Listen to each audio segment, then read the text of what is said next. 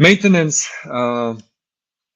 Heat pump is very easy to maintain. If it's correctly installed, you don't really need to do anything.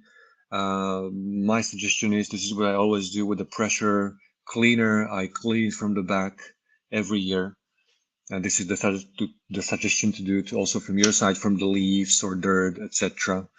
Otherwise, if you get a split system, optically, visually check if there isn't any oil, any leak, anything like stainy or oily, which doesn't seem to fit into the